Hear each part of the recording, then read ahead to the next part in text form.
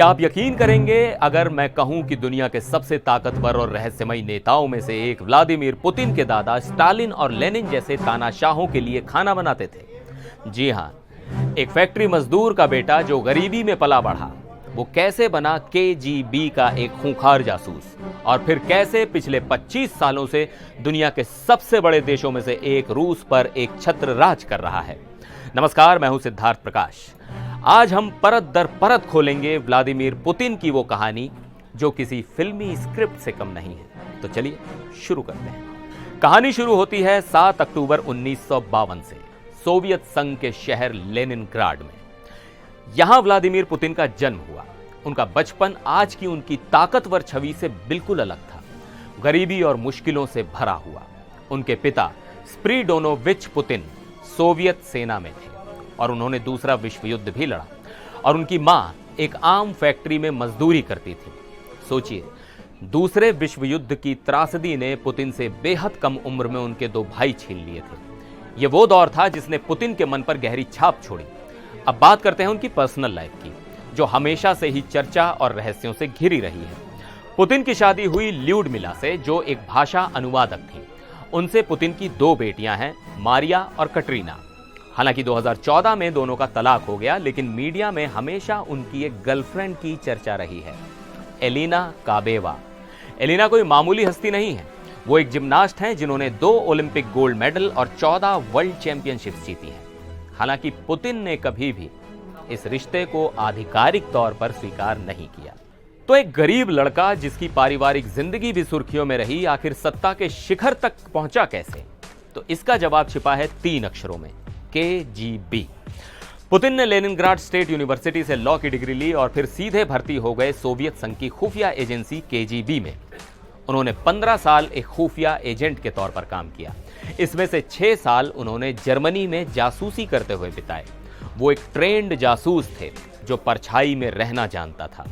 1990 में जब वो लेफ्टिनेंट कर्नल के पद से रिटायर हुए, तो यहीं से उनकी किस्मत ने ऐसी पलटी मारी जिसकी किसी ने कल्पना भी नहीं की थी। केजीबी छोड़ने के बाद पुतिन राजनीति में आए। वो सेंट पीटर्सबर्ग के मेयर के सलाहकार बने और बहुत जल्द उनका भरोसा जीतकर 1994 में डिप्टी मेयर बन गए। उनकी काबिलियत और शांत स्वभाव ने मॉस्को के बड़े नेताओं का ध्यान खींचा। और फिर आया साल 1998।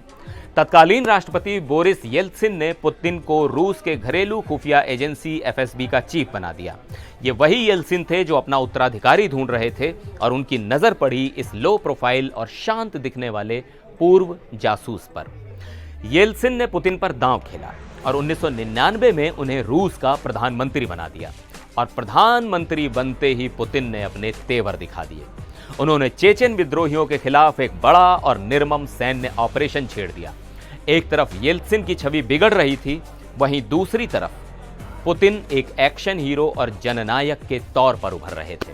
जनता के गुस्से से घिरे येल्त्सिन ने आखिरकार 31 दिसंबर 1999 को इस्तीफा दे दिया और पुतिन बन गए रूस के कार्यवाहक राष्ट्रपति।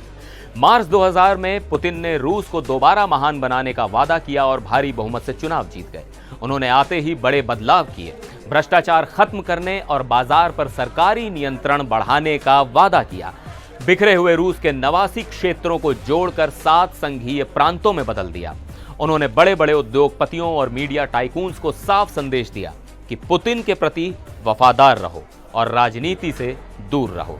लेकिन पुतिन के दिमाग में हमेशा एक बात घूमती थी, सोवियत संघ का विघटन। उन्होंने बचपन में गरीबी देखी, एक केजीबी एजेंट के तौर पर जर्मनी की दीवार टूटते देखी, और फिर 1991 में अपनी आंखों से सोवियत संघ को बिखरते देखा।